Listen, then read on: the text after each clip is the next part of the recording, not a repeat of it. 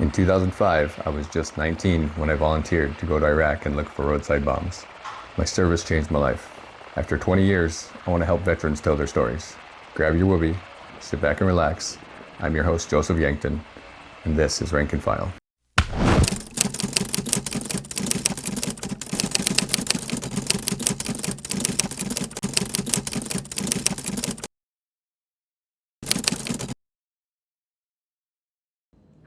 So what was your enlistment date? August 7th, 2001. 2000, 2001. 2001. Yeah. August 7th. August 7th, 2001. Whew, man. Yeah.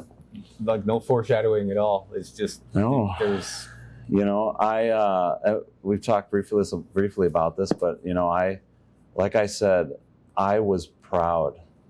And I think the thing I was most proud about was that I made a decision to change my life. Mm-hmm. I changed my mind about what about how long am I willing to stay in this place stagnantly, doing nothing, mm-hmm. running in circles, chasing my tail, existing as like a person who exacts some measure of burden for other people to carry. So what I was carrying with me and why my shoulders were kicked back and why my chest was puffed out is because I was like, I'm like crossing the threshold, mm-hmm. right? And leaving the ordinary world, you know? And I carried that with me into the basement of my grandfather's house while he was watching CNN, you know? And I remember him sitting there. He had just typical. He had his his belly was there, and he had little crumbs, you know, from eating Swiss cakes and cookies, and you know, a cup of milk in one hand, you know, and he looked at me. He was like, "Hey, what's going on with you?" You know, and I was like, "I joined the Army." Yeah, and you know, he's sitting there eating his cookies and you know, flipping between. You know, various games. The Cubs weren't on, but you know, when he's not watching the Cubs, he was flipping between like various games and you know, on an MLB Pass or something, and then between the news and whatever. And he always kind of had a thing where he like his lip kind of hung down a little bit. You know, his mouth would kind of drape open, and it like draped open, like was hitting the floor. You know, he was kind of just. What did you do? Is what he said. And probably for him, it was like, here we go again. This kid just did another thing. You know, you think he saw himself in that moment? Say again? You think he saw himself in his mind in that moment? I don't know. I mean, maybe, yeah, probably. I mean, his life was so much different. I mean, they grew up in the Great Depression, you know. My grandmother was orphaned. She lived with them and with him and their family, and they ended up becoming boyfriend, girlfriend, and becoming married. Which is amazing, fascinating story for another time, you know. And he joined because a lot of men were joining. That was like, it was like a prerequisite to becoming a man. It was like your thing to do at the time, rite of passage, you know. And so. You know what it was, and because he had later revisited it with me years later, you know, he circled back and he was, because I had talked to him about it, and he was like, you know, like that was scary what you did, you know, and I didn't even think of it that way, and a lot of things that I did when I was 19, I didn't think of it that way. I wasn't thinking about how this affects other people, you know? And I remember taking him how he was that day and feeling kind of like dissatisfied with his response, because I wanted him to like hold me up and be like, great job, son. Because I didn't have a dad, you know? And so I like wanted to like feel that. Like I thought maybe that might've been the one thing that like gave me that feeling, you know? I found myself often searching for that feeling from people, you know, my drill sergeant, even my squad leaders, my team leaders, my command sergeant major, my first sergeant, you know, I would like look for those things once I was in the service. And I didn't get it. And I didn't get it because what I had done to him was basically, he was responsible for me. He felt responsible for me is what I'm saying, what I'm trying to say. And I had done another shocking thing, another jarring thing. And I didn't talk to anybody about it. And I just did it and just deal with it is kind of who I was. I was like, here's this thing. I'm on a mission. I'm doing this thing. Just deal with it. And I thought, like we talked about before, I like didn't want anybody to know because I didn't want to be stopped. I felt like I could die. Like on the path that I was heading, I really believed that I would die. I had some really close calls. That accident, I was like, that was a really close call. And often too, because I'm a believer. I've given my life to Jesus Christ, my Savior. And so I would often feel after things like that, after a huge fight where I barely survived and I was all bloodied, or an accident, or the bad decisions I was making, I was like, oh my God, I could have died. God is here with me. There's somebody watching over me. It's God, you know?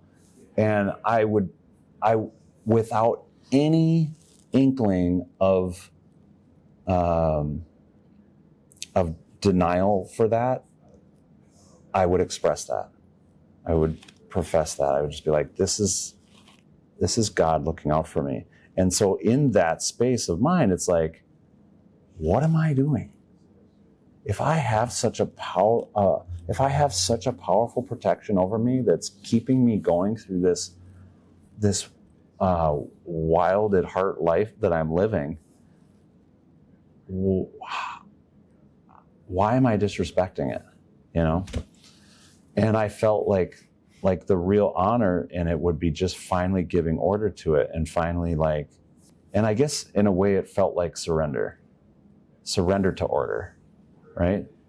And so for me, from my perspective, that's what I was doing. It was like I was like killing the old me instantly, and that's joining the military. That's what it was for me. I was like, I can literally get on that damn plane and go down to Georgia and Fort Benning, and I will be a totally different person. I'll shave my head, I'll pull my earrings out, and I will be a different dude, you know?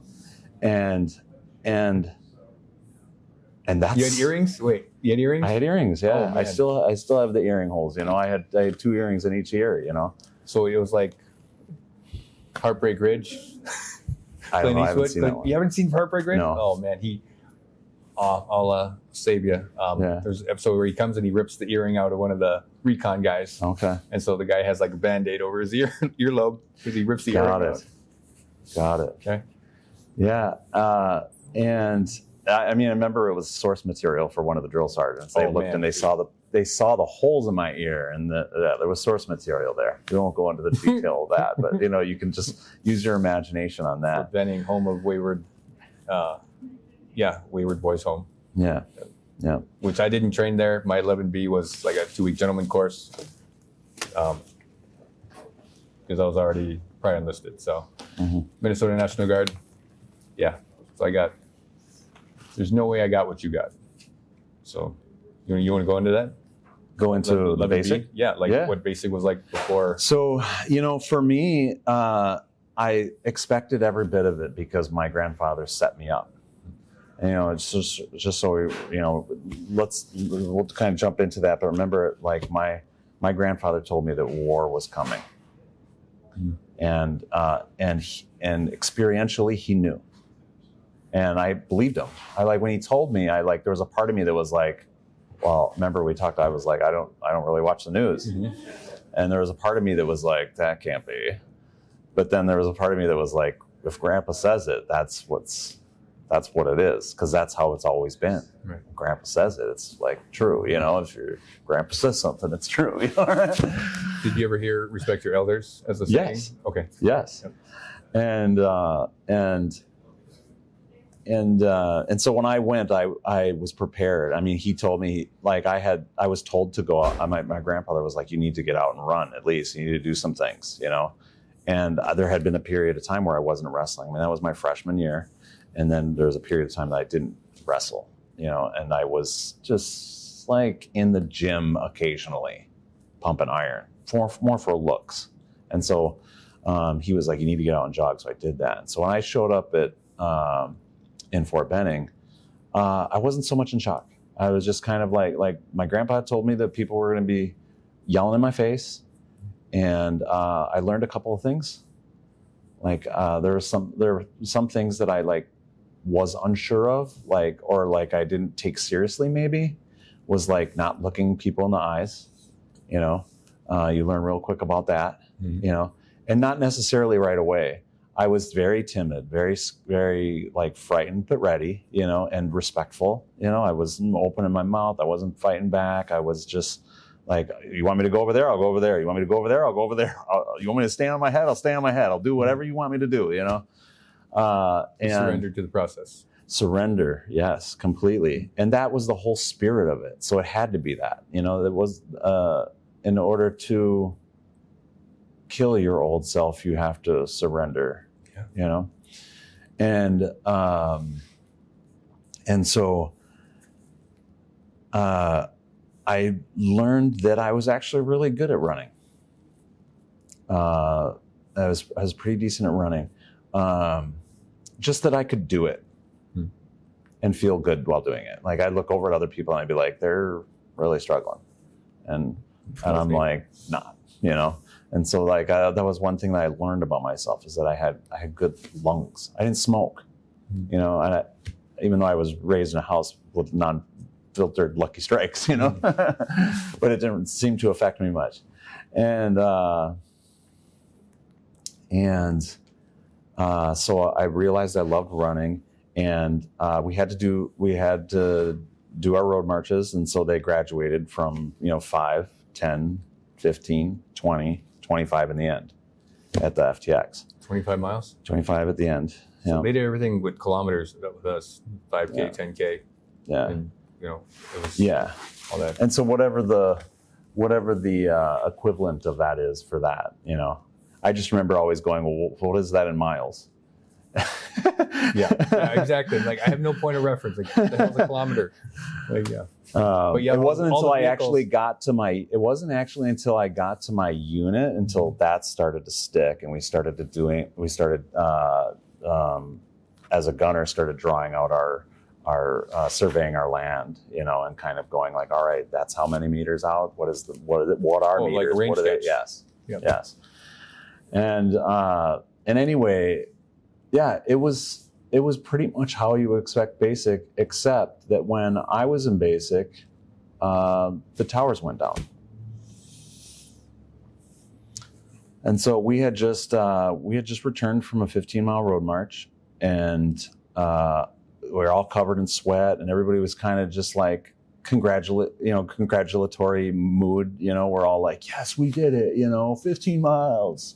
I think we had like 60-pound packs or something like that, or 55-pound packs. And all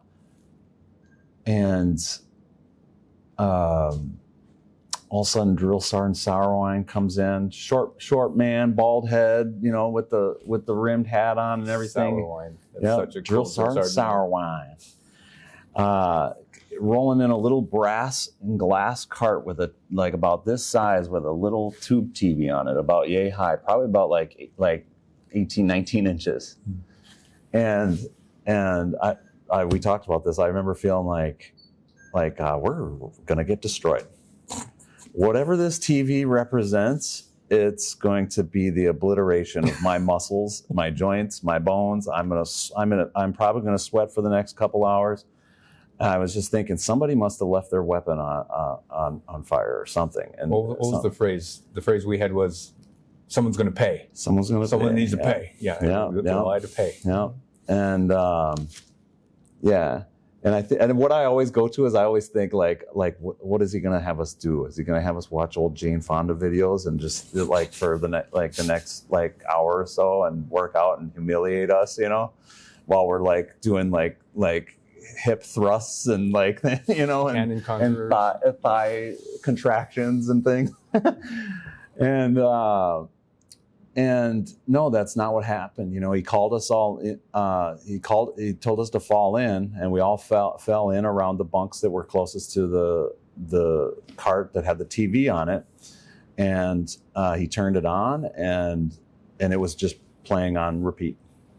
You know, we were just watching it on the news, the towers going down, and you know, you looked around that room, and there were so many varieties of people.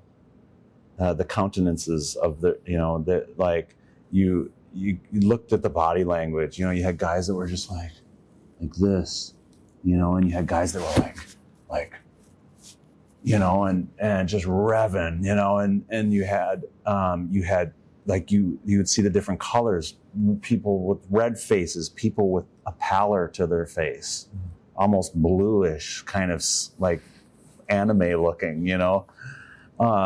And you had guys that were from New York who were like my grandmother or my father, or I need to make a call, or, you know, and people who had family who just had a like random extended family who lived in New York, and people were shattered by it in those moments. Like there was one guy who was walking around the room punching his fist. I will kill those MFers and I will destroy those, you know, enter explicitive, you know. Right. And I remember just kind of sitting there thinking, Grandpa Norm was right. And I wasn't in shock. I just was kind of just like it felt like resolution to me. Like I was just like, this is it. This is what I said I would do. This is, I'm in it. I'm like on the path. I like chose it. I killed the old self, and Grandpa was right. It's like, it's all happening just how God would want it to happen for me, you know, through me, you know. And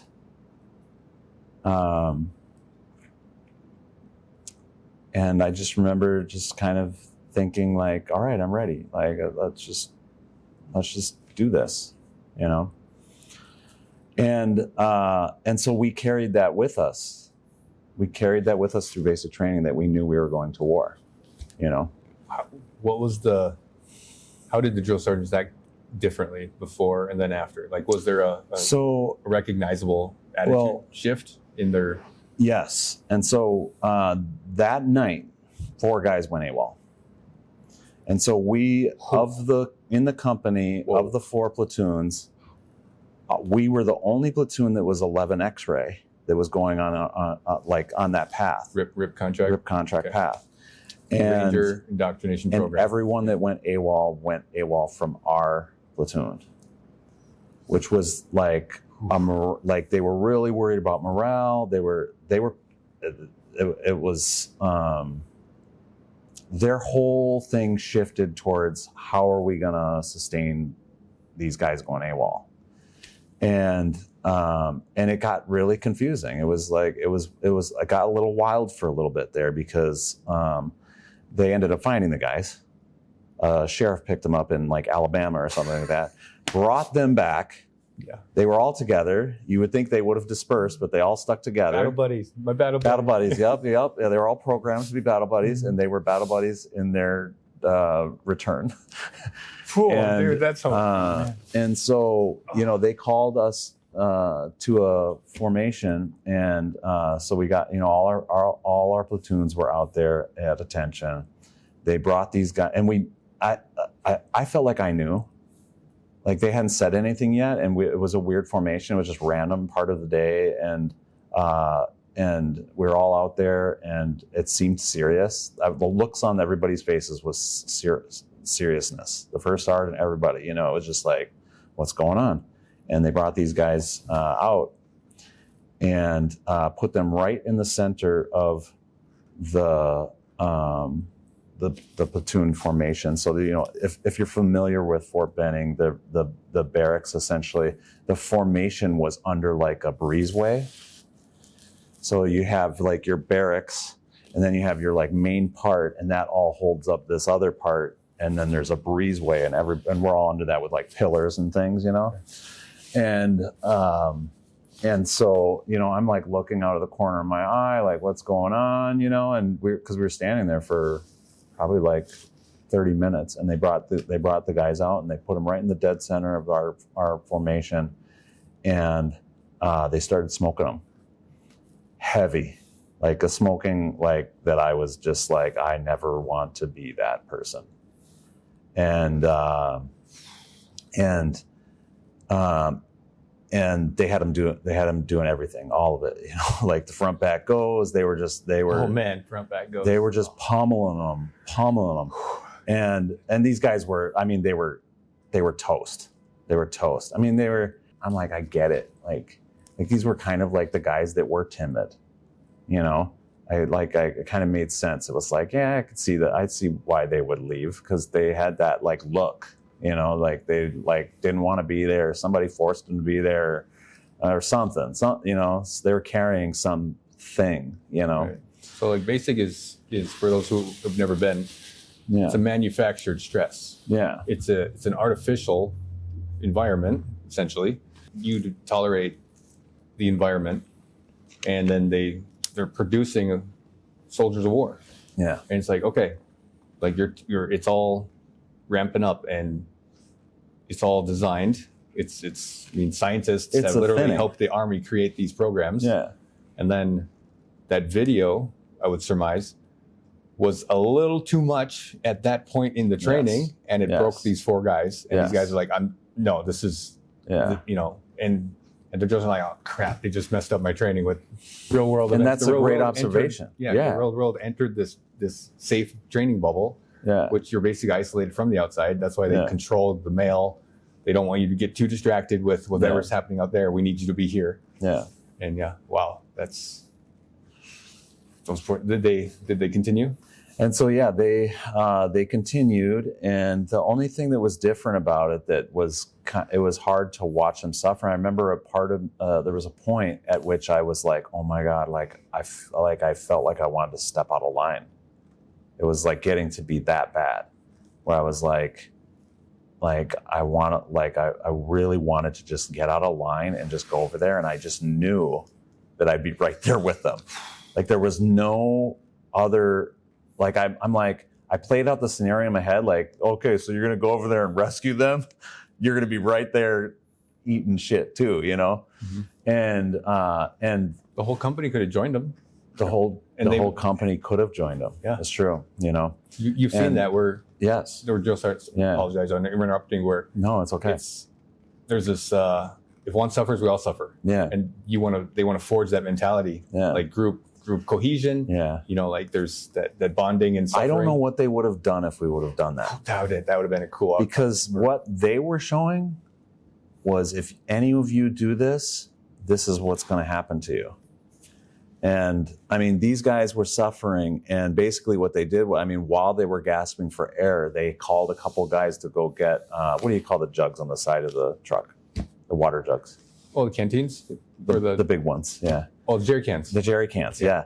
Called the couple guys to go grab some jerry cans of water, and they were like literally gasping for air and like dumping water over their heads. And then continuing to smoke them, and then continuing to dump water over their heads.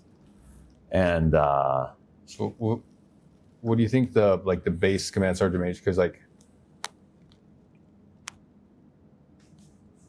every military base at that point, it's a surprise, right? It's not a heads up situation. Hey, all training commands, this is going to happen. No, it was something on the news, and every training command has to deal with this. Hip pocket training. There was no heads up. Oh, great. Now we have to tell our recruits, this is how you tell them. Like, imagine that. Yeah. And then you have 4 AWOL guys. Just keep them, smoke them, make them pay. Yeah. Figure it out, Joe Sergeant. It's like who, can you imagine that level of leadership? At what point, how do you deal with with TRADOC, Training Command, Yeah.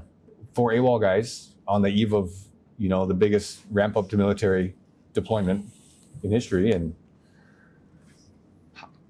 do you think they did the right thing with those 4 guys? Have you seen them since? So one of the guys actually ended up at my unit, and he ended up going out on psych. Okay. And so no, I don't know. I mean, everybody did what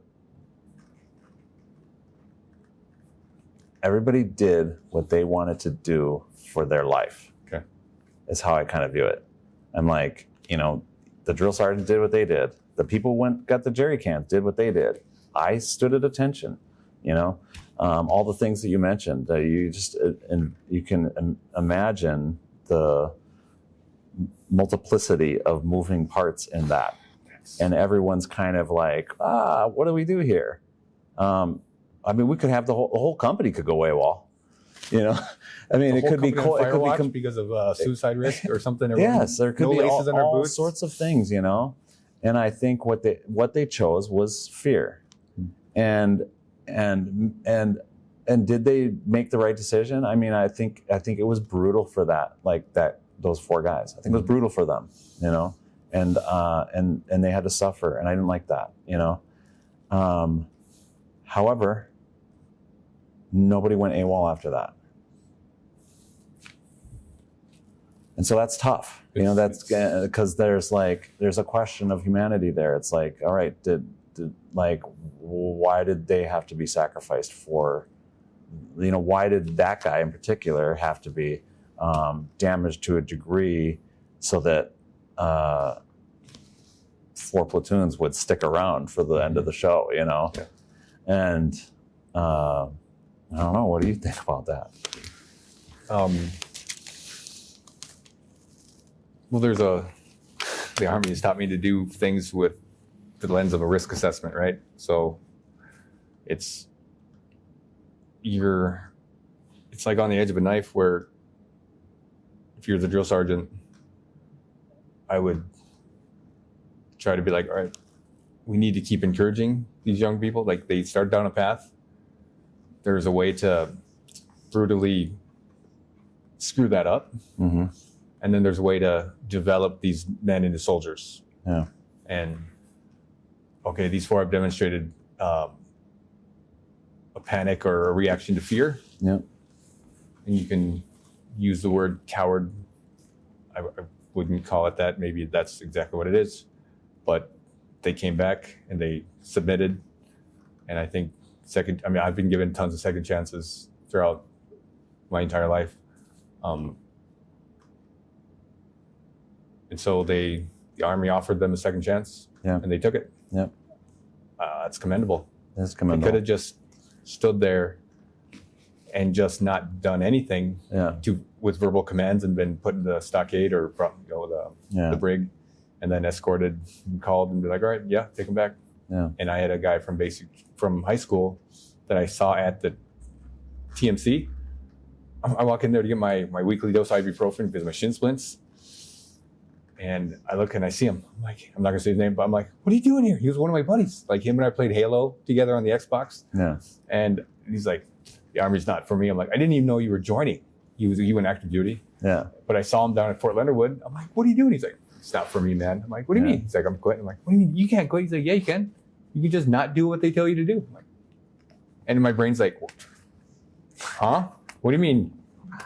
You can't not. And he's like, yeah, you can. Yeah. You just say no. Yeah. And I was just like, well, I got to get my ibuprofen, and now he has a family and everything's good. Yeah. But yeah, he consciously made a choice, and he's like, no, you don't have to. I'm like, what do you mean you don't have to? Like, you know where you're at? And he's like, yeah, I know. But he woke up. Like, that was a moment of him. Like, no, this is not for me. Yeah. And he probably made that choice, and I respect people standing up and making their decision. Yeah. And not being forced into something else, like not being bullied. And I like it too. And so I can't really assign cowardice to them, because for me nowadays I see those things as almost completely nerve-centered derivative. And so it's like, if you're doing what they did, I mean, too, very much kids. Just because they're adults on paper doesn't mean they're, they still had a lot to learn. I knew that because I knew I had a lot to learn. You don't know what you don't know. Yeah, exactly. And so I will say that they did do something a little different too. They brought us into an area that we had never been before, like a Bay Area with like an auditorium almost, to watch the Band of Brothers. And so, I mean, we didn't watch the whole Band of Brothers, but we watched like a couple episodes, and they were trying to like build us back up. Right. Yeah. And so there was method in it, and I think all of it worked. I mean, I was really tight with all of my mates. I mean, we were super tight. There wasn't anybody in there that like I felt like any ill will towards or anything. They were all just people that I was like, these are my brothers. In that short period of time, I was like, we're brothers. And we're all looking out for each other, to make sure that we're doing the right thing, Did you have anybody else from Minnesota? There was a guy, Tew, I think was his name, which is interesting because my last name is Tew. Mm-hmm. It's spelled weird. And the funny thing about him is he talked like a Minnesotan. And I always thought that was like, because I grew up in the cities, but it's funny, people tell me that I sound like a Minnesotan. And when I hear a Minnesotan, I'm like, woo, okay, you exist. Mm-hmm. The Bigfoot exists. Right. And so, yeah, but we weren't really that close. I connected with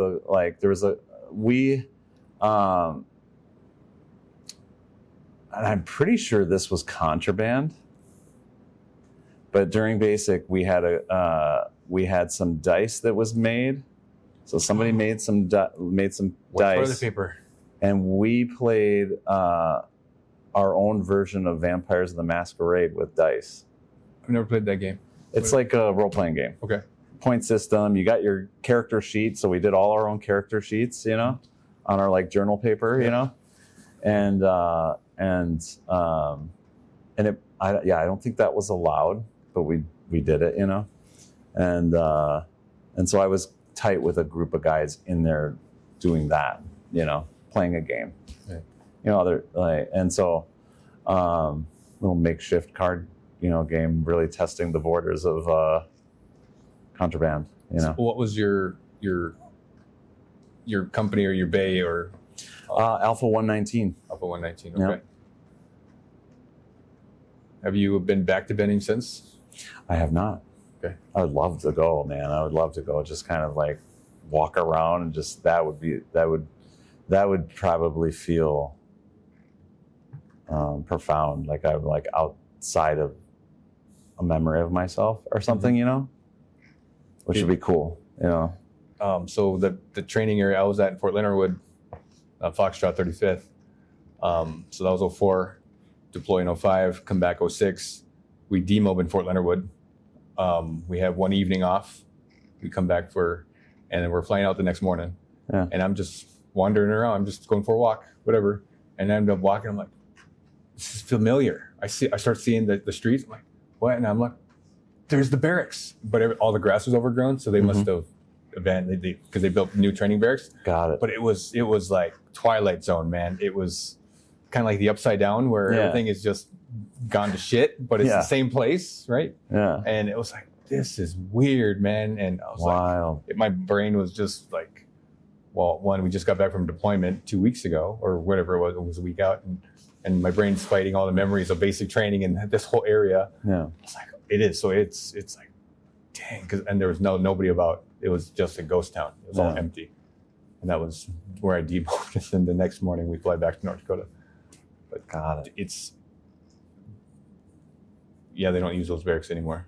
It Yeah. was like the I can't even imagine. straight long building. Yeah. And there was like 6 of them lined up. Yeah. So three on each side. Yeah. Very And- similar to a build in Washington, where I was. Yeah. And then 3 stories, Yeah. all the same. Yep. And then there's like 3 feet of hallway space, 3 squares in the total line. And Yep.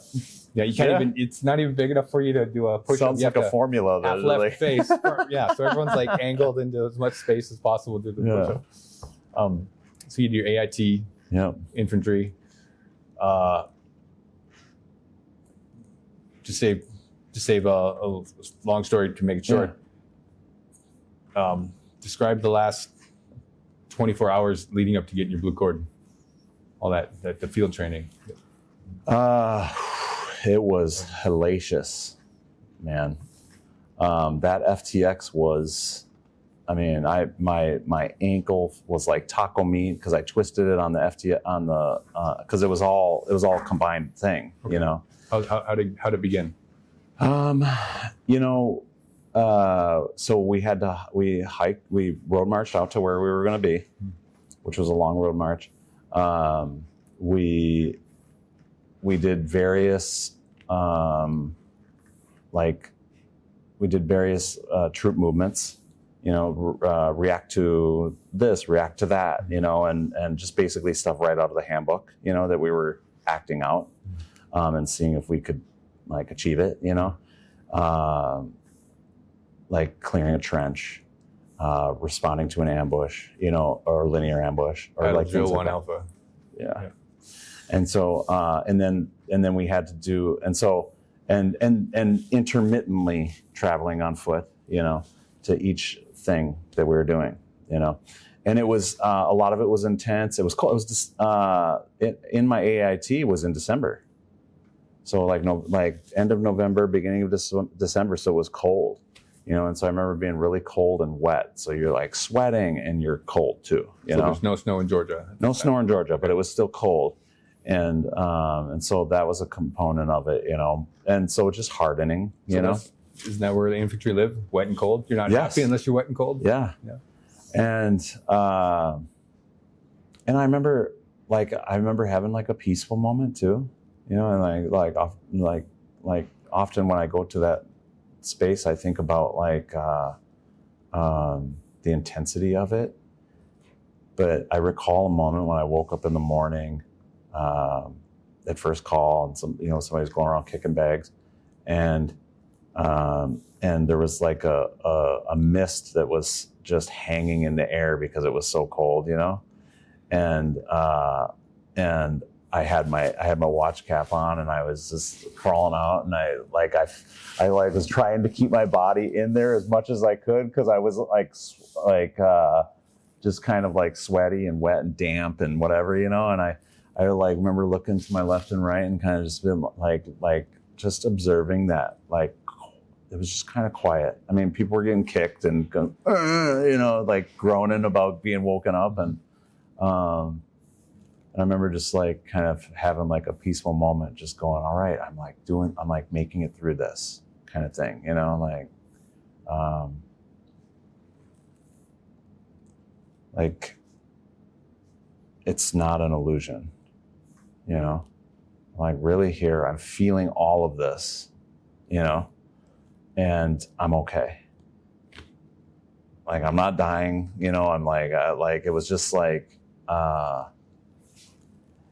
and then it started going, you know, and probably the height of it was when was the night movement we did, like under all the barbed wire, you know, crawling in the sand with the guns, you know, shooting overhead, you know, just that like that whole process of testing us and, you know, screening who can handle that, you know. And did you crawl in the soft sand? Yes. Is this caked in my mouth, everything, you know, and I don't know if I was supposed to tape my sleeves, but like the worst part of that whole night infiltration was the sand that got in and made my elbows bloody. Just that crawling, that low crawling. Yeah. Everything else was not even a thing, but it was just that sand, that grinding. I remember that hurt so much. Feeling it. I remember feeling like my whole body hurt. I remember that. Like there was no respite from that. Okay. It was like every joint, every every square inch of my skin had sand on it. It was wet. It was cold. It was, you know, it was all of those, everything everywhere all at once, you know, all encompassing just discomfort, right? And I remember the dirt being caked in my mouth. And I remember kind of like thinking about, all right, I zeroed this gun and now I'm like slamming it all over the place kind of thing, you know, like I'm just kind of, and I'm like, you know, and I'm like, it's really jarring, you know, and I remember hearing people too, to my left and to my right. And like some people were kind of like you could hear people like kind of like hooting and hollering, like, yeah, like, oh, you know, and then some people were like, you know, like grunting and like kind of whimpering and suffering through the thing, you know. And then I remember us all coming out at the end and kind of and then rallying together, going into formation, you know, them getting accountability of our numbers and like celebrating a little bit. And it felt like an advancement, like an evolution of sorts or something. Like I had to go through the meat grinder. Leveled up. Yeah. Achievement. Yeah. But not like I don't know, like more like I was like a hunk of meat, and then I went through a meat grinder, and then I became like a burger, you know? Like I graduated to some like more refined version of what I was.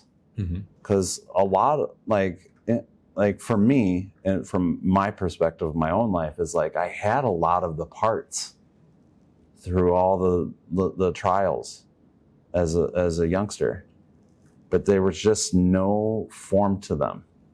They were just kind of just floating around inside of me. And what Basic did is it like took all those things and made a nice little patty out of them. I remember coming down that home stretch and being done with the FTX and celebrating, limping around because I had twisted my ankle. I remember getting my cord, and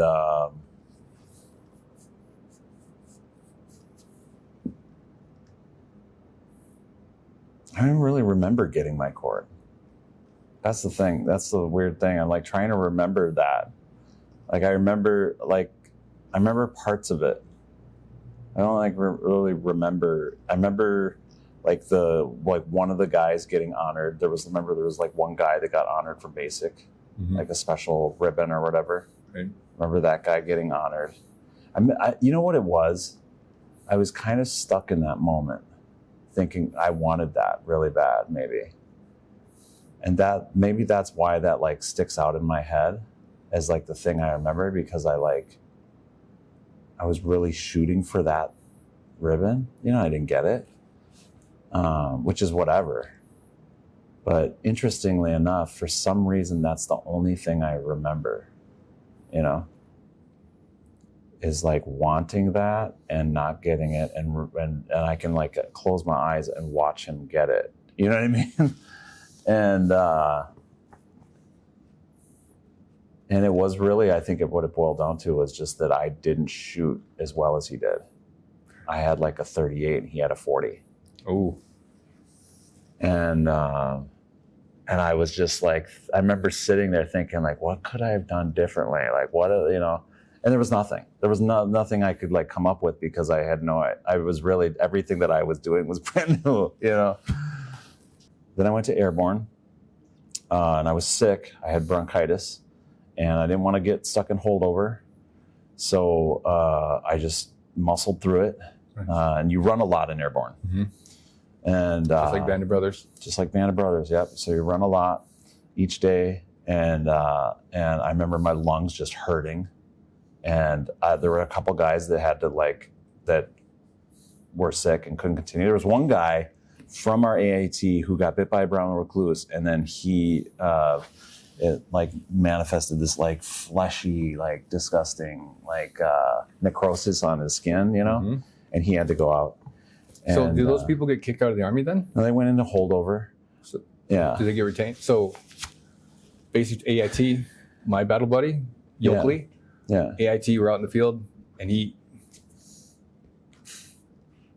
was kind of that guy, like, at least. And so I didn't know his symptomatic behavior was Yeah. different than his normal behavior, because I couldn't tell the difference. Yeah. Because I'm like, come on, man, like, just suck it up. Like, it was the morning, we didn't sleep all night, we had watch, and he was just like, I'm like, dude, come on, yeah, I'm tired too. Like, I'm trying to motivate. Yeah. It's something when I'm the one trying to motivate you. Like, come Yeah. on, dude, come on. And we get there, and he says something to drill sergeant, and drill sergeant's like, lift up your shirt. And he's like, he does it, and drill sergeant's eyes get just big, and he's like, Yankton, take his stuff. I'm like, what? Somebody had 2 rifles, 2 rucksacks, 2 everything. I'm like, what? And I'm just, and then he's like, yeah, my neck hurts, and they're like, all right, in the truck, boom. Suddenly he's gone. Yeah. Now I got twice the gear. Well, he comes back at the very end of our FTX. Attitude, snotty little, because he was a group runner. And he's like, oh, check this out. And he like pulls this. My brain, exaggerates this, but it felt like he just kept pulling gauze out of his neck. It bit him here and it bit him on the chest. Oh. 2 places, necrosis.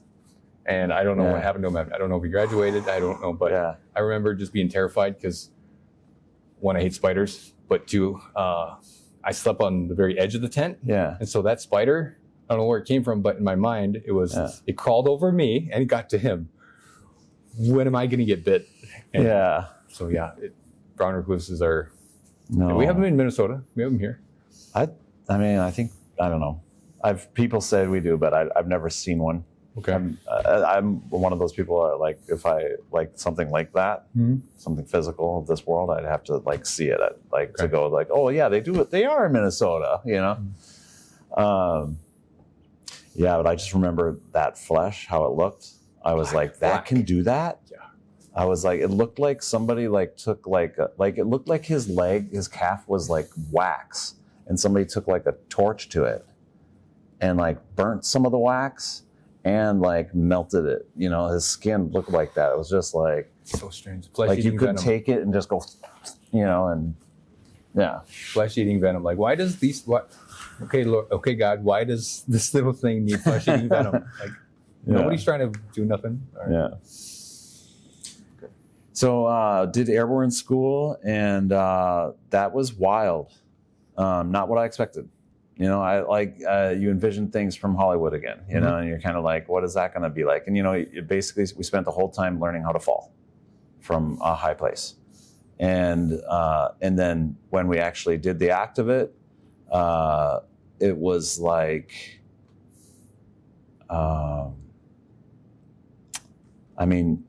it's not how you think. Like when, like in Hollywood, when they're like, they're like, all right, now you're going to go. And then you're like, oh, okay. And you're like having a conversation. It's like, no, it's like, go, go, go, go, go. It's like, and you're not like, and you're going out. And as soon as you go out, you're like, bam, it's sucked out, and then the chute comes out, and you're like, you feel your whole body shock, like you're changing directions like instantly, and then you're floating. And so it's like just absolute, like you're waiting. You're like, oh my God, I hope my chute was packed by somebody who's like got their shit together. You're like thinking about those things when you're in there, and then you're like, you're starting to walk up, and you're getting closer and closer, and you're like, all right. Then you're kind of like resolved. You're like, max anticipation, max. This is it. Max. Yes. Yes. You're like, did all anybody right. like piss themselves? There's no turning back now. and then, like I said, you jump out, and then that complete like physical shock, and then you're floating, and then you're like, oh, I'm good. This isn't so bad. So you don't have time to process your emotions, because the actions are just, you're done. Yes. I can't stop it now. I'm actually in the air. Yeah. Okay, well. And I'm actually floating down thinking, man, my chute came out. That was good. Thank you, God. Thank you, God. Thank you. Thank you, God. And so, and then you hear, F you, man, get the hell away from me. F you, and everyone's shout, because we all came out, you come out like right next to each other, and some people will come out really close.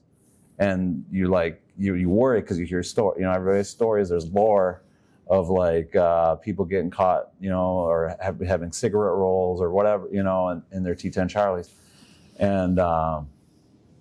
And yeah, people were cussing at each other. I mean, and then when you landed, you heard that too. You were running on the ground, you could hear people on the next passover coming down, and they were doing it too. Get the heck away from me, you son of a, you know, and just like whatever, you know. And I just remember oscillating. And I was like, I knew that was bad. I was kind of just like rocking back and forth, kind of like, and I was like, this is not gonna be good. And you see the ground coming, you know, because it's coming fast. You're not falling a great distance, Mm-hmm. you know. I think it's like it's nothing like what you would do for like play at like some skydiving place. I think they jump at like 30 or something, right? I think they jump at like 30. I've never been interested in jumping out of a perfectly good airplane. Yeah. And so I'm oscillating and I'm coming down and I like see the ground coming, and it feels like how it would look if I jumped off of, well, I've jumped out of cliffs into the river, but it was kind of like that, where the water's coming right at you, you know, and you're like, oh my God, like I really do need to like fall right, you know? Mm-hmm. And I, you know, started loosening my legs, you know, getting like just kind of trying to be loose, you know, so I could just kind of like Gumby, you know, and roll out of it, you know. And I landed, and my impact was pretty hard. I remember being really shocked by it because like I said, I was oscillating, and I started. It was a windy day, so I started getting dragged across the ground. So my impact was hard, and I was jarred, and then I like all of a sudden I was just like, you know, like getting dragged across the ground. Somebody ran over and unlocked me. Oh my God! And I was like, oh my gosh! And I just felt like I don't know, like I was just getting like dragged behind a bull or something, you know. It was basically like in the old westerns when they're getting dragged behind a horse, you know. Okay. It was like that, you know.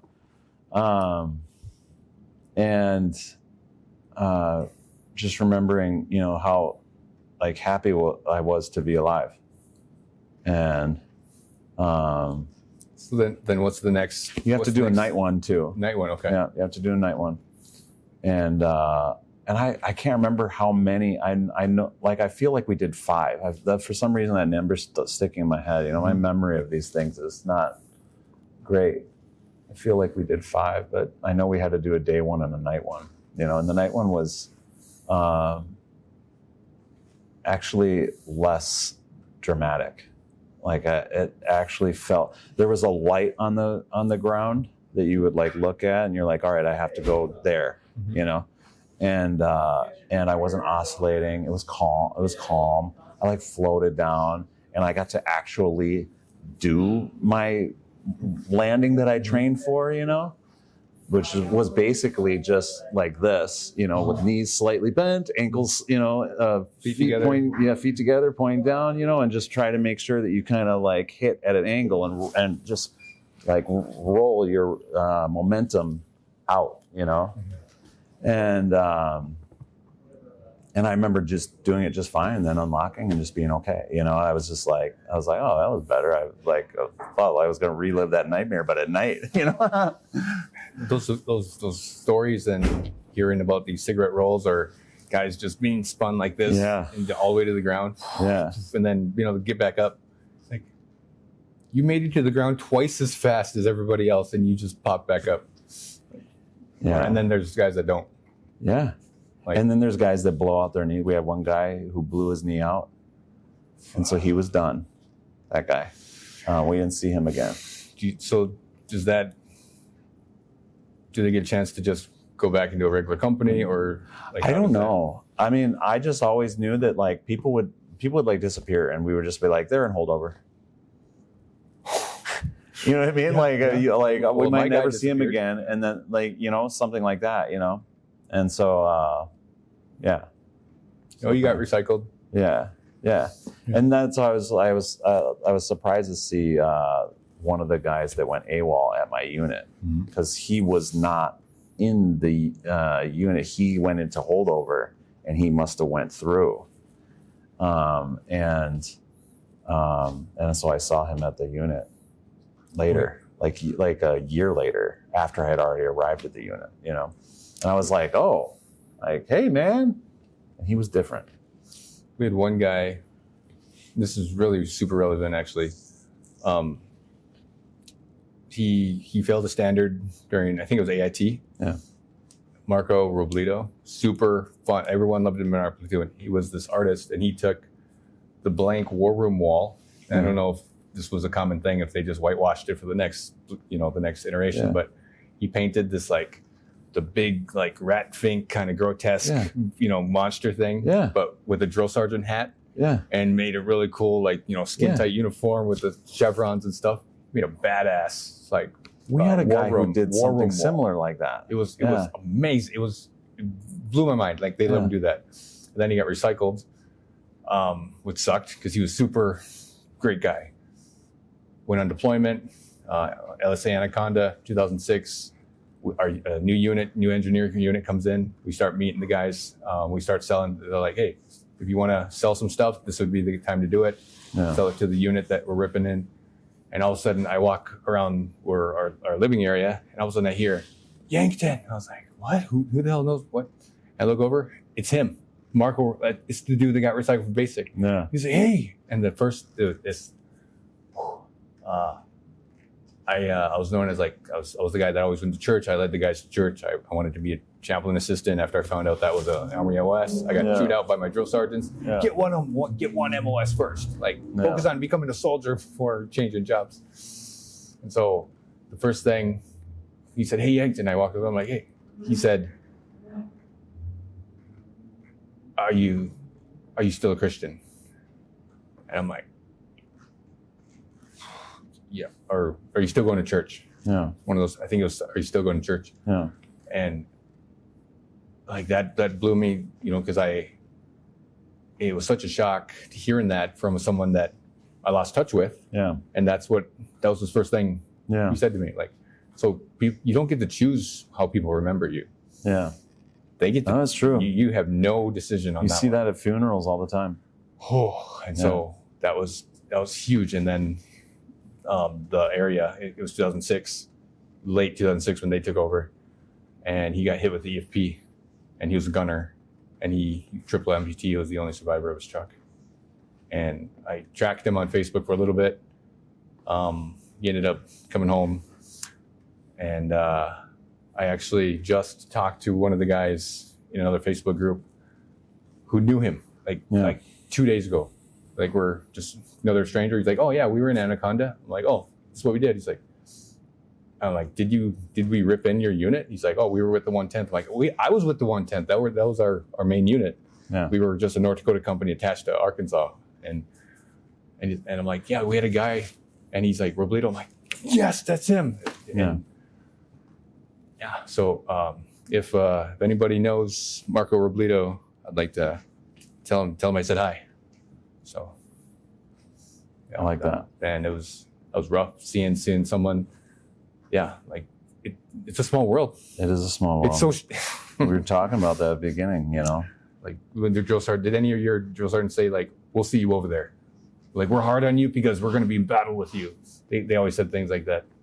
And I'm like, I'm not going to see you over there. Yeah. I'm North Dakota National Guard. There's no way I'm going to see you again. No. 2 of them were in Iraq in the same AO. Yeah. Like, wow. Okay, the world is small. Yeah. My drill sergeant just said, don't disappoint me. Okay. Yeah. So the 520 Yeah. Sykes regulars. Yeah. Was that to your the first, limit? That was your first unit? Yeah. Okay. And so that was our motto, to the limit. So we would To the limit. Yeah. Okay. Whenever you saw an officer out on the walk, you would salute them and say, to the limit, sir. Okay.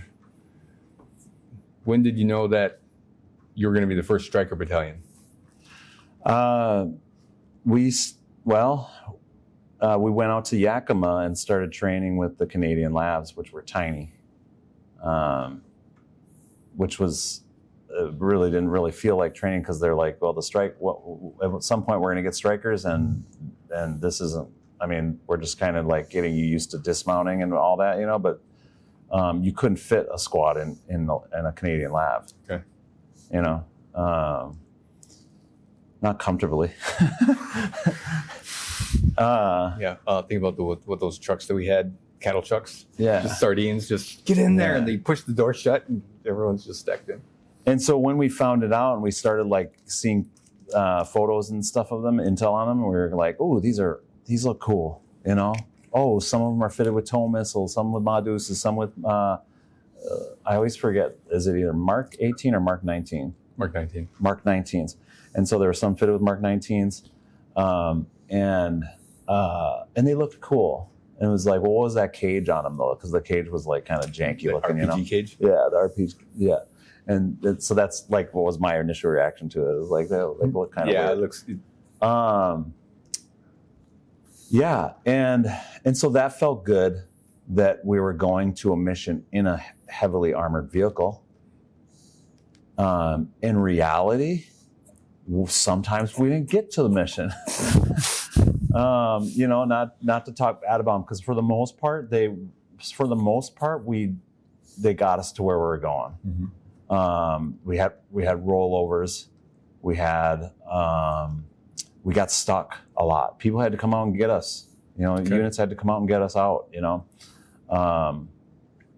For the audience, can you describe a striker? So a striker is basically a tank with wheels. Is it 8 wheels? So on the HEMTs, Yeah. the front 2 axles turn. Yes. Is that what the strikers are, or is it just the front? You were never outside watching them? No, I mean, no, not really. Okay. Disconnected from that part of it, because like I was never a driver or a vehicle commander. Usually guys would kind of flow into those roles and then hold them for a while. Mm-hmm. And I was often always inside of one or in an air guard hatch. But I'm having trouble remembering how they functioned. Okay. In fact, I really only ever saw the cockpit of one just by looking through the hatch. Okay. You know what I mean? I never like went into that space. I never had any desire to. Always was very like, this is my role, and just kind of tunnel vision on it, a little bit. And so I didn't really pay attention to that. Shame on me. I don't know. I don't know if I should have known anything about those vehicles or anything like that. But I felt like most guys didn't. For me, it was just a vessel that brought me to the thing I knew how to do. Mm-hmm. And so a lot of times on the way to a mission, we rigged this probably would have gotten us. Well, I think it did get some people in trouble, but we rigged up the comm system so that we could hook our CD player up to it, and so then we would be listening to like Metallica and like Garth Brooks just randomly, like the country, whoever was requesting it depended on whoever was requesting it, where they are from. You'd be listening to that music, and we used to listen to quite exclusively the what's the good old there's this God, what is that country artist, I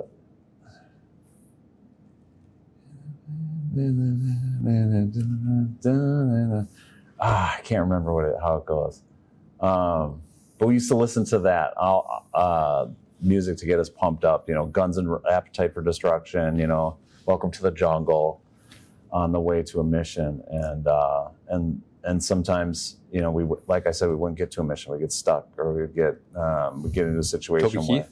Huh? Toby Keith? Toby Keith. Yes. Yeah. We're definitely going to make a clip or a little music reel out of this one.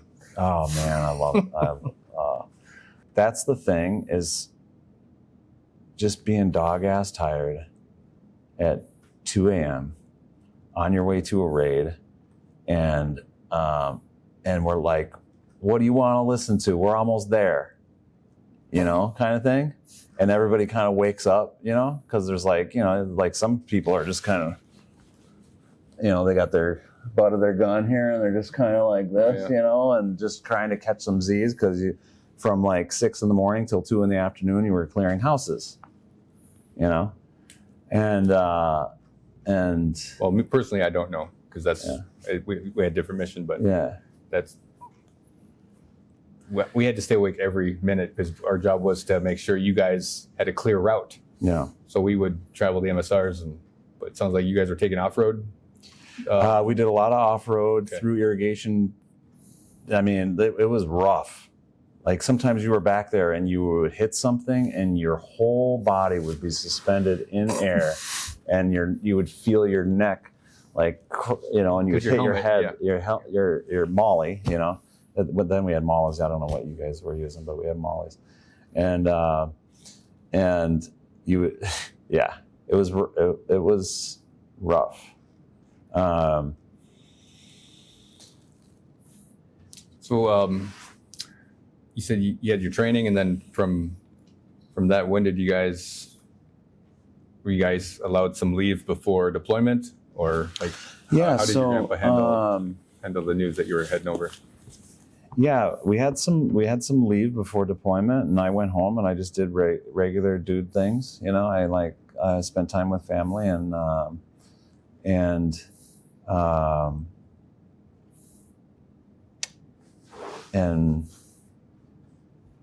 partied a little. Mm-hmm.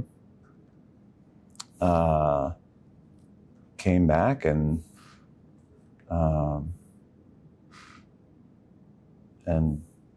gosh, I don't know. I struggle remembering a lot of the things, So fall of 2003, for me, who I'm in the National Guard, paperwork only. Yeah. I get a phone call, October 2003. Yeah. They say the code word. It says, "Don't alert media. Don't alert. This is whatever information. 141's been alerted for possible mobilization to Iraq. Yeah. Stand by for further orders. Do you have any questions?" Yeah. I said, I haven't been to basic yet. Can I still go? And they're like, wait, what is it? Hey. And I hear some mumbling, like, is this Private Yankton? Like, yeah. You haven't been to basic yet? No. All right. We'll call you back. Yeah. All right. You're going to report to Fargo. We'll see you when we get back. I'm like, okay, boom. Yeah. And then you were heading to Iraq in the fall of 2003. Yeah. Yeah. So November 15th is when we went. I think we landed around the same time because I had Thanksgiving in Talil. Talil. And so, I just remember we took the big plane over and really comfy, nice. We got to recline our chairs back. I remember feeling cool doing that. Slept most of the way.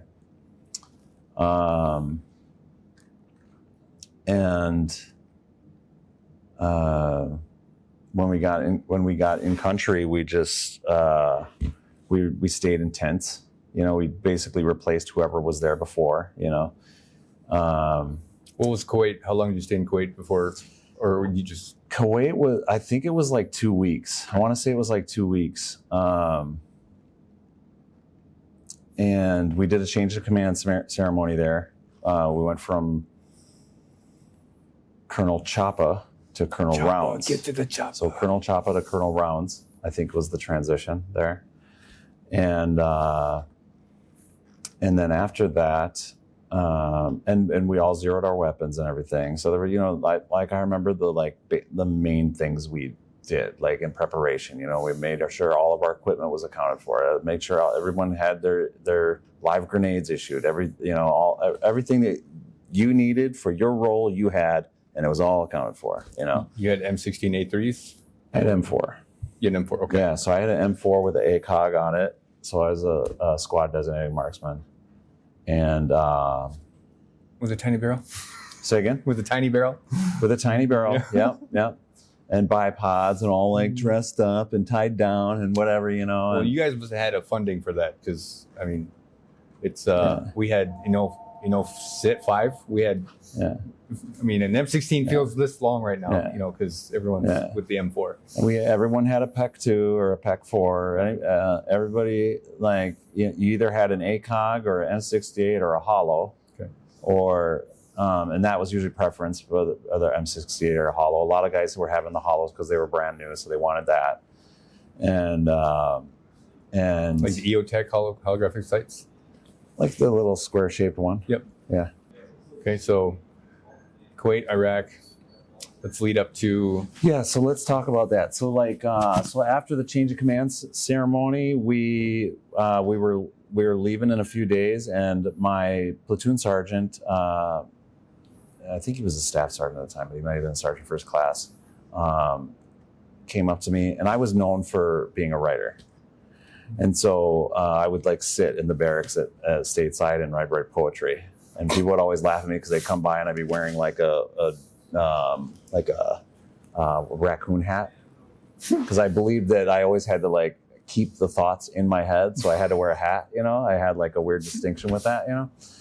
And so Sergeant Hale came up to me and he was like, well, man, because I wrote the weapon squad creed when I was in the weapon squad. Okay. And so he was like, he loved that. And he knew I was a writer, and he was like, I want you to send these guys across. Which I was just kind of like. What's the weapons cross creed? I don't even know. Okay. I wrote it, and I had rehearsed it, and I had it memorized, and I just let it go from my memory, you know. But I know that I created it, and that they loved it, and that we used it. We actually used it in our weapon squad. And so when I came to my unit, I entered into a weapon squad, which was crazy because I was small in comparison to the other guys, you know. Probably only like 160 pounds. And the guys, when I got in the squad, were like at least 200. And they were like, you better get in the gym. And I did. I put on like 20, I was like 185, and I put on 20 pounds of just working out while I was stateside still. Anyway, so Sergeant Hale asked me to talk to everybody and give a speech. And so we got right on the border, we're ready to cross over, all vehicles staged. Yeah, and I had prepared all night to talk to 42 men, I think is what it was, 42 men, and get them jacked up enough to go over that border, you know. And I was really nervous, you know. I remember thinking like, I agreed to this. And then too, I was like, maybe he should have done it. But then like at some point in the night, I was like, nope, you're the guy. You were chosen for this, and you better show up, mother effer. You better show up. You know, that's kind of the discussion I had with myself, you know. And so the moment came, and I gave the best damn speech I could give, you know, and a lot of it had to do with like just kind of talking about uncertainty and, you know, and essentially like fulfilling your role and being loyal to each other, you know, and just kind of like in the spirit of garnering as much fire I could in those guys. I did it. And we closed out with a prayer, which wasn't my idea, but somebody like was like, hey, let's do the prayer, you know, now. And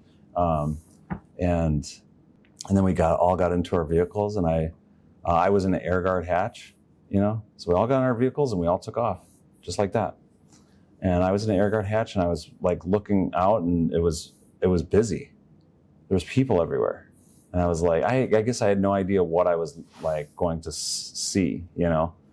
And there were people, just random people walking around with AKs. And I was just kind of like, like, he's okay? That one there's okay? Okay. I remember feeling like, who's the enemy? Where is the enemy? You know, kind of just like those thoughts kind of floating around in my head, like, will I be able to identify the enemy? You know, and that's when our long slow, because we had a lot of like vehicles that could only go a certain speed. So I think it was like 30 miles per hour. So it was a long, slow drive to Samara. Damn. So did you enter up south of Baghdad and through? Okay. Yep. That's a long haul through Champa. Yep. It was a long haul. It was long. And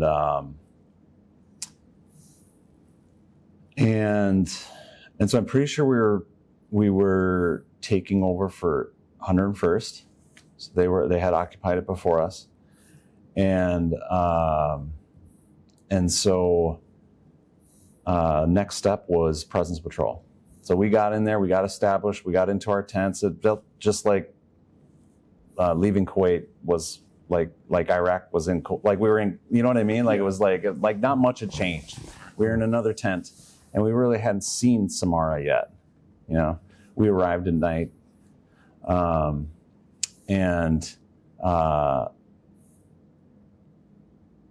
so they had told us that our next mission was a presence patrol. And I remember being like, all right, that's it. What, you know, like let's do it. We're gonna show that we're here and that we're taking over, essentially, you know. And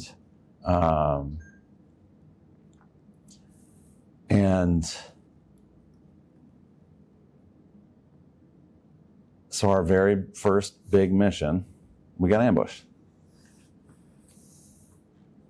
And so, you know, we all we head to Samara. We get all of our vehicles essentially into a formation. We all dismounted. It kind of felt to me like a little bit of chaos, you know, like you could see it on everybody's faces. We all had dismounted. We all got in position. We're pulling security, and everybody, like, you would look across and see somebody, you know, as dust is kicking up around. You would look at their eyes, and their eyes like matched your eyes. You were just like wide, like looking around, scanning everything. Who like thinking any one of these people could kill me, you know. And I just remember my nervous system just going just like wild, you know. I was just kind of like on a swivel, just looking everywhere, you know. And then they started to roll the trucks out onto the road and to a file. And then we started following with our trucks, you know, alongside of them. And basically we just walked around Samara, parading our trucks around, just kind of like as a move to say, here we are, and we have these nice new trucks, you know. And speaking to the strikers, so truck strikers, we call them trucks, you know. And so, did yours have a nickname? Your truck? Did each truck? How did you guys identify each? No. I mean, I think maybe that might be something that the drivers might do, but I don't know. We didn't really have a nickname for our truck. We had a Madus on ours too, so if you can envision that, you know, it was a striker with a Madus on top. We had our call sign was Rat. Okay. We call them Rat Bastards. Yeah. So Rat 1, Rat 2, Rat 3. Got it. Yeah. So, and so when I first went over there, I was a corporal. And they gave me corporal because I was still in the weapons. I was still in the weapons squad when I went over there, and they wanted my guys to listen to me, and so they gave me a lateral promotion to, you know, so that I could like make them do push-ups. You know what I mean? Like they would listen to me, you know, and E4 with leadership. E4 with leadership. Yep. And I didn't really need it. I don't remember ever really needing the promotion. My guys respected me. You know, I never mistreated them, you know. And so we're walking with the trucks and heads on swivels, scanning everything. People are just walking around doing things, you know, like bazaars over here, little shops over here, you know. They look busy. You don't see any women. There's no women. Right.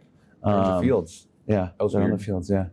And so that's bizarre to be in a city and there's nothing but men and boys around, you know, and you're just kind of like, oh, that's weird, you know. They're sitting in the squatting. And what are they doing? They're sitting in the squatting position in front of their shops. Yes, and that was the strangest thing. Like, and watching us, you know, and so it just felt weird, you know, them watching us and kind of like, I'm like, go do your thing, go do whatever, you know. And I'm like, but I get it. I'm like, they are doing like you're doing your thing, and we're all up in your business, you know. And sure enough, you know, so we're the Indians, you're the cowboy. Yeah. And so we were in a congested part of town. I mean, we entered into like a courtyard area, and that's where we started filing our vehicles out onto this main road. And then that main road went through like a little congested area, and then we went into a really large opening, probably like 300 meters in length and probably like 150 meters in width, you know.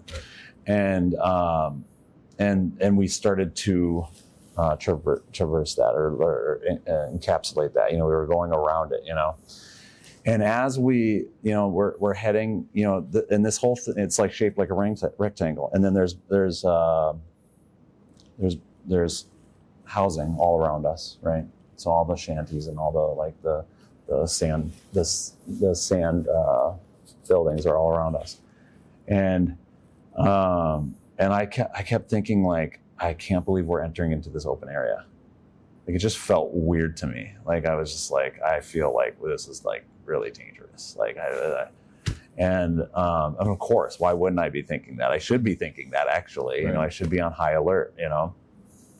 And we took our first turn around the first corner of the square, and our whole unit, it was long. You know, we had all of our strikers in a row, and we were all kind of like going, and so we're like wrapping around this square with our trucks, and so we had like a U-shaped formation around this rectangle or whatever, and right as our trucks turned and wrapped into that, we were like kind of wrapped around that rectangle. We started taking fire from. So where we were, it was from our 12 o'clock. From where the other people were that were wrapped around, it was from their 9 o'clock. Okay. And so we started engaging them, you know. And just as we, you know, just like we talked about, you know, turn into fire and just start engaging, you know. And everybody was calling out, like, you know, we got 3 guys up on a rooftop, you know, whatever meters, you know, and the part of it that was interesting is like it was like we fell right into the trap because it was a linear ambush. And so like our attention was just on that at my 12. And then an element of their insurgents came from around the corners, like way down at the other end of the rectangle, and volleyed RPGs at us straight into our trucks. Jeez. And so, and they called for us to come up because they were taking heavy fire from that same position on the rooftops, and then we started taking fire from the other positions. So they were shooting at us from basically 2 of the vantages. You know, they had us in a crossfire, and they were volleying RPGs at us. You know, and so they called us up, and I'm running with all my, the gear, and we were all carrying ammo. We're all carrying 7.62 as much as we can carry, kind of thing, you know. Mm-hmm. And they're like, we need the guns up here. We need the guns up here, you know. And so,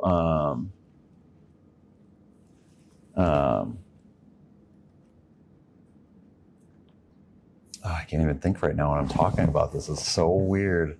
And it's not weird because, like, usually when you're recounting things like this and you're like feeling it, it activates a part of me, and I just feel like my memory just kind of like. Anyway, so we got my pal David. He's got the 240 Bravo, and I'm the assistant gunner. And we had an ammo bearer with us, and we got all online, and they're like, all right, we want you here. You know, we were our weapons squad leader told us where he wanted us, and we started laying down suppressive fire.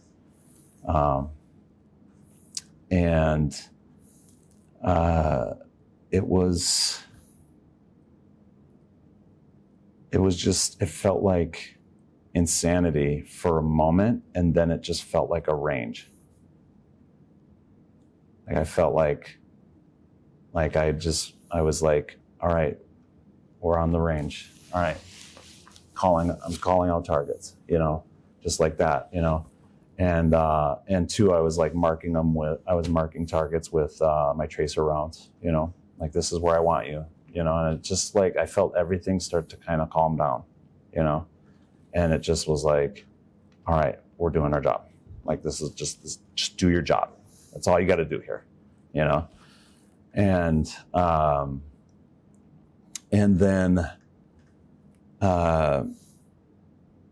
so we're engaging all these elements. Meanwhile, while we're doing that, while we're laying down suppressive fire, the line squads they started entering into the buildings and started clearing the buildings alongside of us.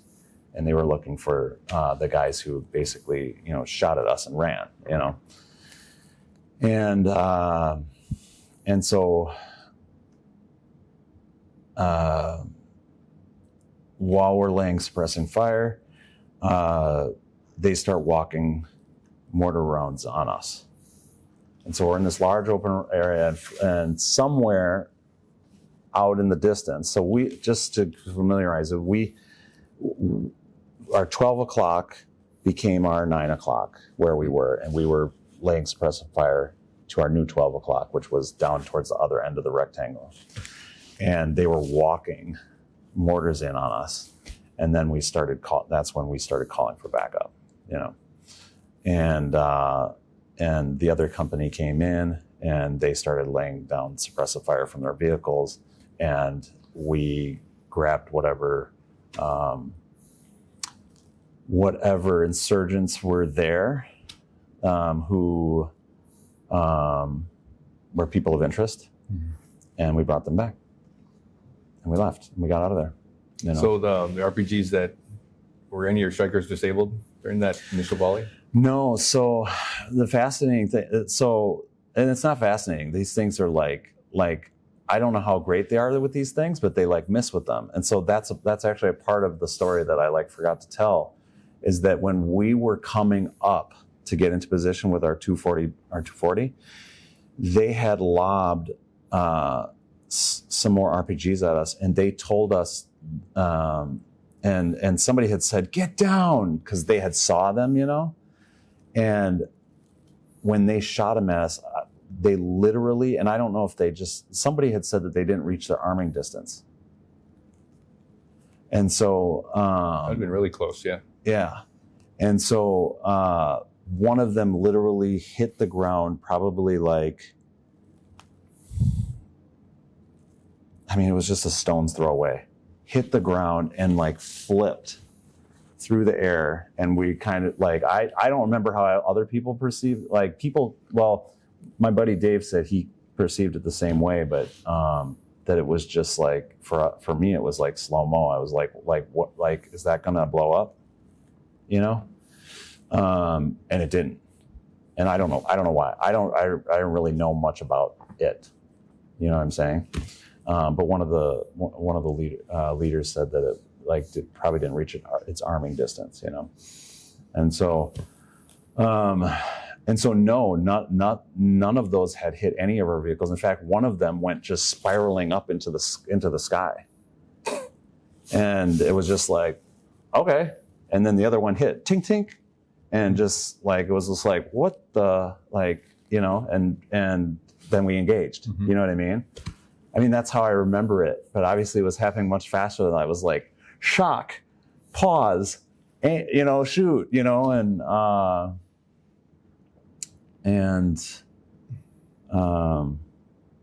yeah. So you know, the connection between hearing a sound, your brain telling you what it is, and then you reacting to it is the thing is right beside you. You heard the noise. Your brain's collecting it. That was the RPG. and then the next thing is already passed. Like Yeah. If you're getting shot at and someone's aiming for you, you're going to be hit before you hear the noise. Yeah. You know. Yeah. And we had one RPG go in front of our Buffalo, and it was, my brain's like, well, that's the loudest bottle rocket you've ever heard. Yeah. Because your brain associates things that you know, right? Yeah. And we never had any training RPG shot at us, so I didn't know. Yeah. And then, but the guys were like, RPG, and like, and if there's one, there's usually more. Yeah. They're not going to expose their position. And so in my mind, like that moment's frozen for me. I had the question in my head, what if this is it? Are you good? Are you good? Yeah. And I'm content. If this is it, I'm content. And because we expected more, like one rocket, and that was it. We got out, we got past that kill zone.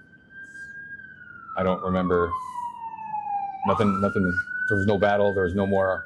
But yeah, it was just one. And that anxiety of expecting more, that nothing situation essentially was more stressful than when we did have real situations. Because there's a beginning, middle, end. It's wrapped up. This one just had this ongoing, is there more? Is there more? Is there more? Yeah. It was just lingering. And your adrenaline eventually just dumps and you're just like, you can't handle it, your body. Sorry. No, it's okay. But yeah, RPGs. So you guys get out. What was the unit? Was it another striker unit that came in? It was another striker unit. Supporting? Okay. Yeah. That QRF? Yeah. Okay. And Samara, you guys, what base you guys come out of? Because like I said, we had Anaconda, we had Talil, we were in Pablo Ryan. Pablo Ryan was just a small little blackout fob outside of Anaconda. And then further up the road, there was Ancient Samara.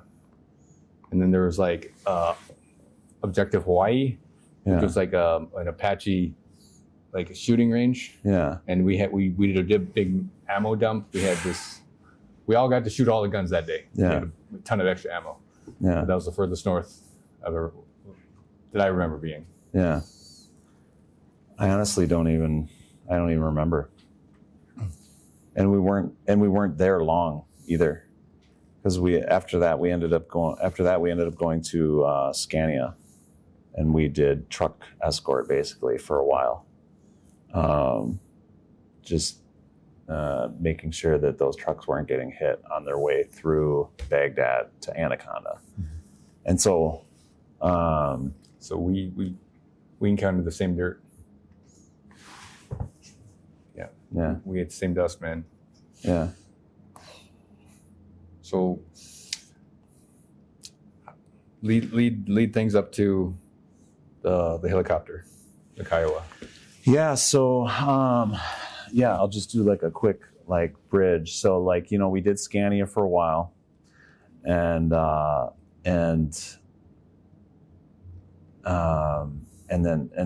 we stayed in Anaconda for a while, which was interesting because when I showed up there, I found a grenade that the unit had left behind, right where my bunk was. So that was interesting, and I actually held that grenade the whole time. Yeah, I kept it with me the whole time. That went unaccounted for somewhere. I turned it in. Oh, okay. An amnesty, right. Yep. An amnesty, I turned it in. Was tempted by people. And I was just like, no, we're getting rid of this thing. It's going to be a problem. It's going to be a problem. I'm like, I've already experienced too many problems from my dumb decisions. We're not doing this. We're not making another dumb decision.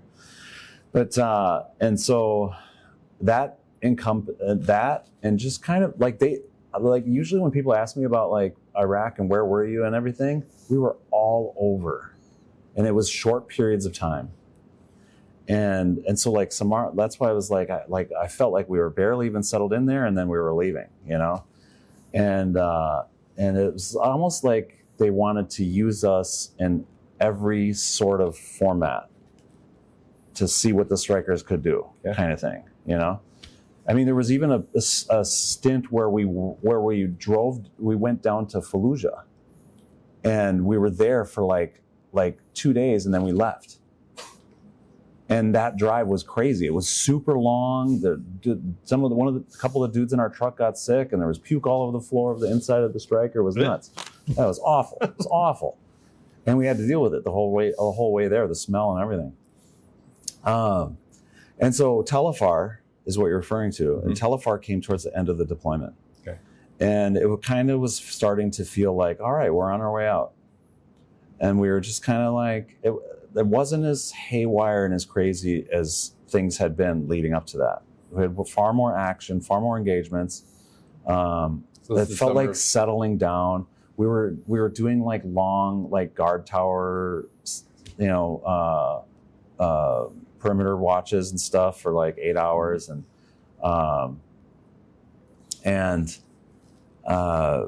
so a mission came up, and it was a compound, and like completely fenced in and just kind of like different. It was just weird. It was different, and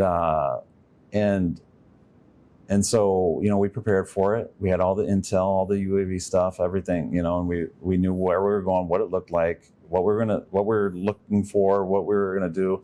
And we took the trucks there, and we got all the trucks in the positions that we wanted them to be. And we raided this house, and there was nothing there. No one was there, nothing was there. There was no great intel. There was no money. There was no caches. There was nothing. And we're all standing outside, kind of like, all right, well, like that's it. And at this time I was an E5. I was field promoted. In Tel Afar, I was field promoted, and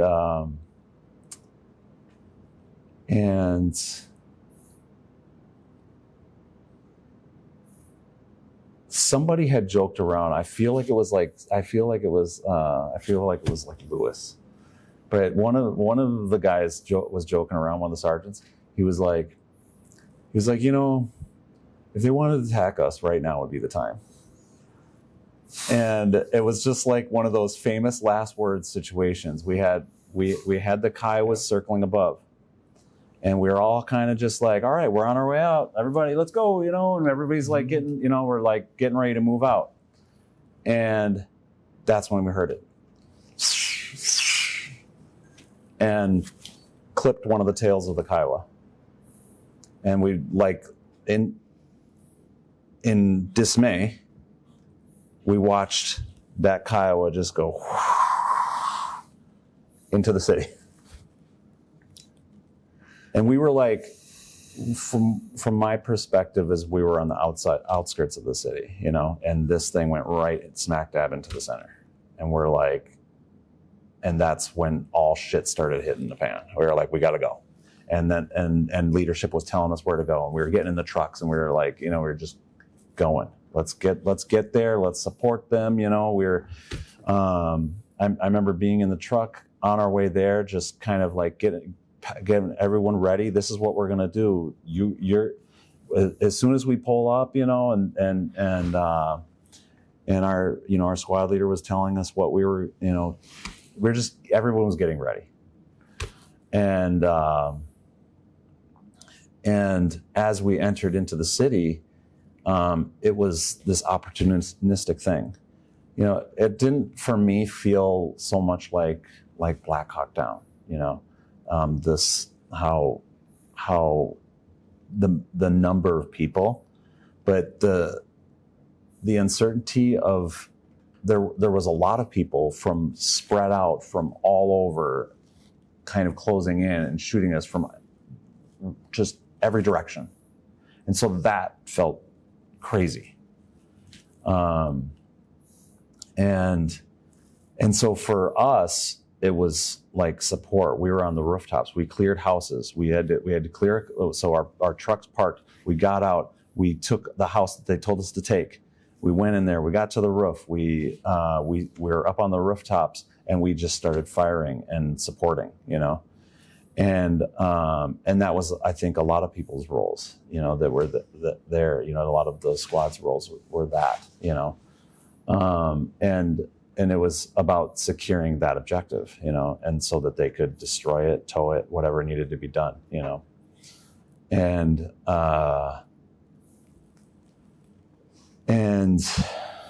just like the other big engagement, I felt like I often just felt like swept away in it all, you know, like a machine that was designed to do one thing, and then I got there and I did that one thing. Like if I was an engine, I moved, and because I had a gun, I shot, and because I knew how to shoot a gun, I aimed and I at a target, you know, and I executed that target. You know what I mean? And it was like, this is like, and that's and during it, I just don't recall any sort of feelings outside of that.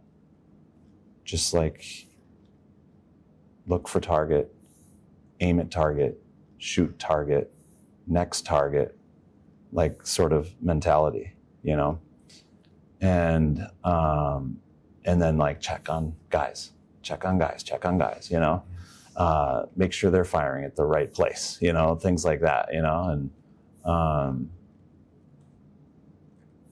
and it's like a weird feeling because there's like a big thing going on all around, a big mission, you know, like a big FTX. Yeah. And you're like just a small part of it. I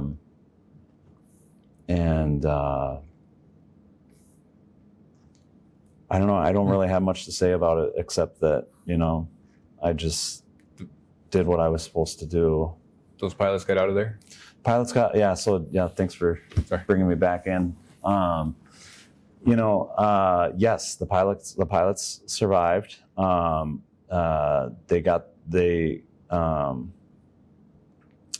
pretty sure they dismantled the Kiowa and got it towed out. And so, and basically we did, our mission was to come in there, secure it. We did. And then get this thing out of there and get people out safe, you know? And that's precisely what happened, you know? That's huge. And no one died. It's awesome.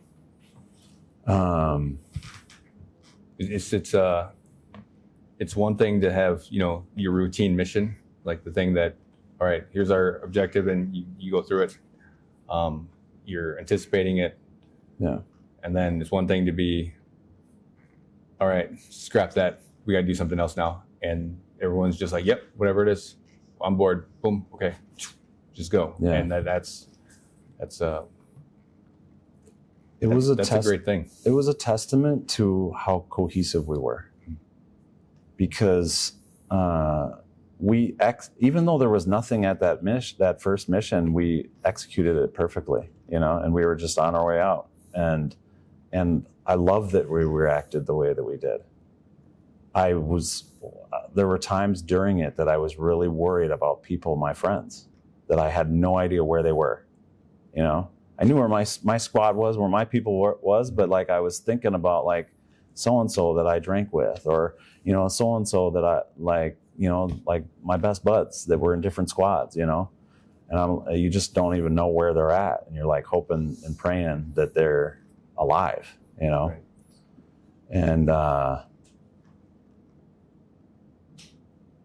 And, you know, it's crazy. When I unearth it from my body and you call it forth and I like speak it, it doesn't come out like cause I'm an author and I write. It doesn't come out like a story that I would write. You know what I mean? It comes out like a story that I lived, which is very like scattered and disoriented and and I'm much like how I would get in a fight in high school. I would like, people would always say like, you have tunnel vision, like, dude, like Justin, like mad at you, dude. Or like when there's a fight, you want Justin on your side because that dude does not stop. And that's what I brought. And that's why I like, it's like when people ask me to tell the story, you know, I'm just kind of like it's like like for me, I just like it, I exist on the rail of my gun, looking down my sights in that story, you know? And I don't remember much outside of myself except for the putting my hand on my guy's shoulder and just being like, over there, 1 o'clock, 200 meters, 2 troops, in the open, whatever it is. And that's my story, and then I survived, and it's wild to think about it like that, because it's like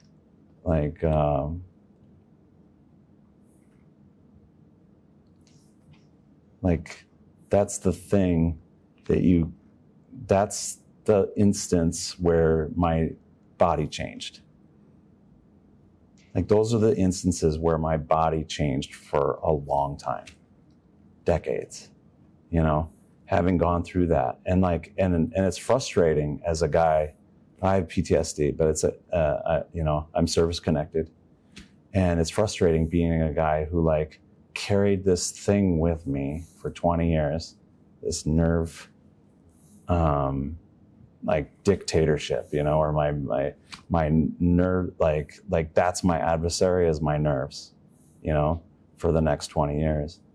And all I can remember is just aiming down my weapon and shooting and ending people's lives.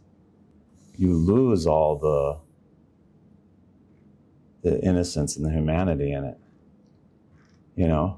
and you're just unleashed. You know what I mean?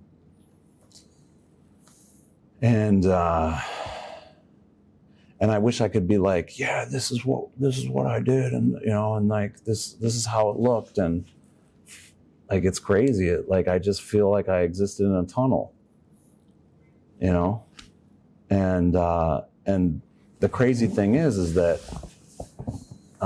people looked at what I did, and they, for the thing in Samara, I was put in for a Bronze Star. And it's I look at it and I'm like, well, I just did what I did. I did whatever the thing was you told me to do. Mm-hmm. And it wasn't pretty. And I'm like, I can barely even remember it, but you remember it? You remember enough to put me in for that? So I must have affected you somehow, and sometimes it just feels like